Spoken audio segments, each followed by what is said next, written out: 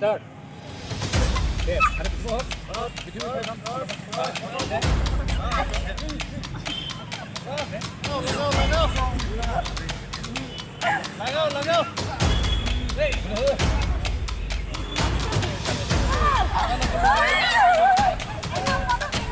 जोंनि उदालगुरि डिस्ट्रिक्ट उसु एसोसिएशना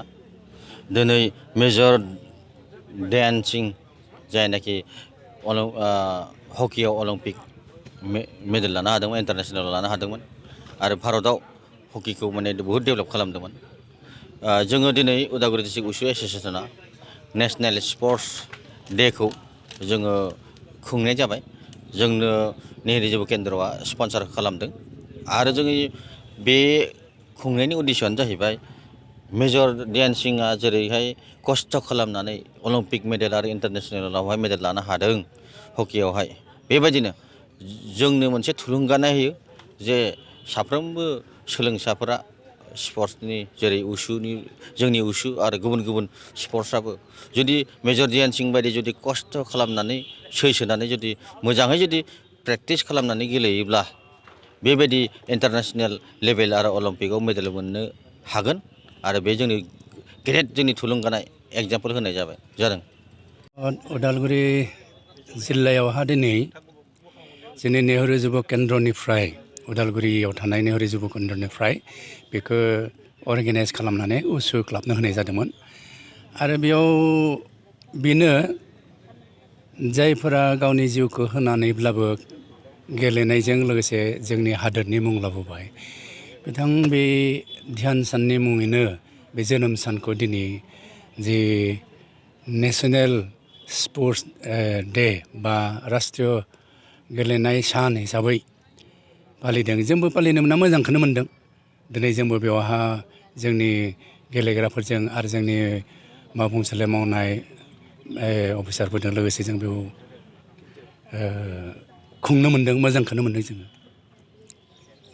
सार बे समावहाय सारा मा बुंनो सानो जे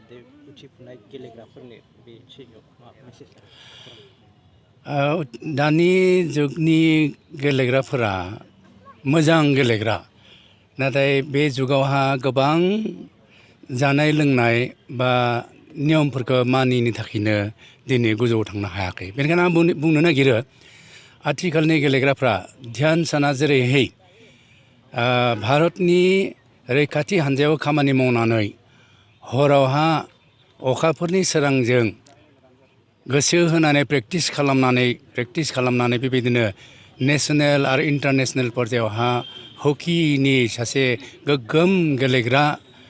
मुं थिसन्नो हाबाय आरो भारतनो थाखाय 3 अलिम्पिक मेडेल लाबोनो हाबाय बे आथिखालाव जोंनि बे उदालगुरि जिल्लानि बे उथिफुनाय गेलेग्राफोराबो जोंनि उदालगुरिजों लोगोसे जोंनि आसाम जोंनि भारतनि थाखाय सानसे जे मुं लाबोनो हाया आं बेखौ फोथाया नाथाय नांगोन गोसो मोदोम जिउ होनानै गेलेनायखौ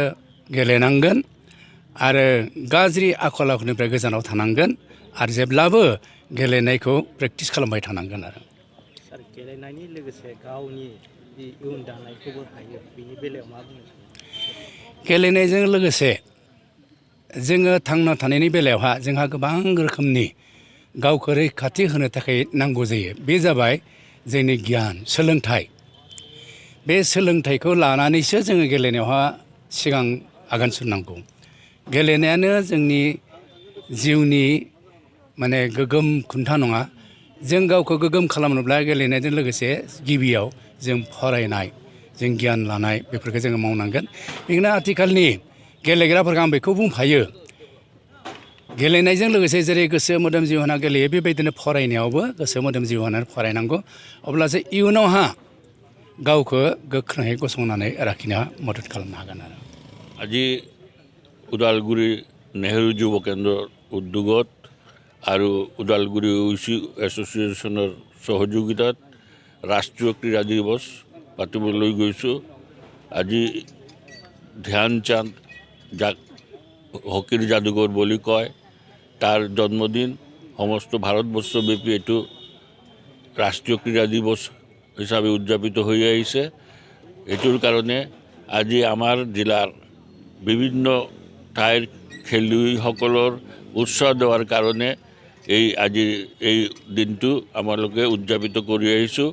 আজি ইয়াত আমাৰ UCO এছ'চিয়েশ্যনৰ জৰিয়তে তেওঁলোকে যেতিয়া বিভিন্ন পৰ্যায়ত ৰাজ্যিক নেশ্যনেল পৰ্যায়ত যিমান খেলুৱৈ গৈছে তেওঁলোকে সন্মান জনানোর উদ্দেশ্যে আজি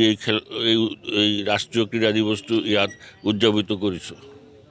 স্যার খেলের যোগেদি জীবন সংস্থাপন কৰিব পাৰে এইটো কথা হৈছে আজি মানে এই খেল দিৱসৰ কাৰণে মূল উদ্দেশ্যটো হৈছে যে আমাৰ ল'ৰা ছোৱালীবিলাক যিবিলাক ইউথ আছে ইউথবিলাকক আমাৰ খেলৰ প্ৰতি আকৃষ্ট কৰিবলৈ কাৰণ আজি খেল এটা প্ৰফেশ্যন হৈছে আপুনি যদি ভালদৰে খেল কৰিব পাৰে ৰাষ্ট্ৰীয় পৰ্যায়ে কিবা নেশ্যনেল পৰ্যায়ে আপুনি যদি কোনো কম্পিটিশ্যনত পাৰ্টিচিপেট কৰিব থাকে তেতিয়াৰ পৰা গভৰ্ণমেণ্টৰ পৰা চাকৰি বাকৰি এইবিলাক বহুত আগবাঢ়ি আহে বহুত সাহায্য কৰি থাকে সেইটোৰ কাৰণে আজি আমরা খেলুৱৈসকলৰ মাজতো যিবিলাক খেলুৱৈ আছে তাৰ আগতে যিমান খেলৰ প্ৰতি ইণ্টাৰেষ্ট নাই এনেকৈ সময় কটাই আছে এইবিলাক ল'ৰা ছোৱালীকো মই আহ্বান জনাইছোঁ আপোনালোকে খেল ধেমালিত যুক্ত হৈ ভাল কৰি প্ৰেক্টিছ কৰি আপোনাৰ ৰাজ্যিক নেশ্যনেল পৰ্যায়ত আপোনালোকে যোগদান কৰক আজি হ'লে আপুনি চাকৰি বাকৰিৰ ক্ষেত্ৰত অনেক সুবিধা হ'ব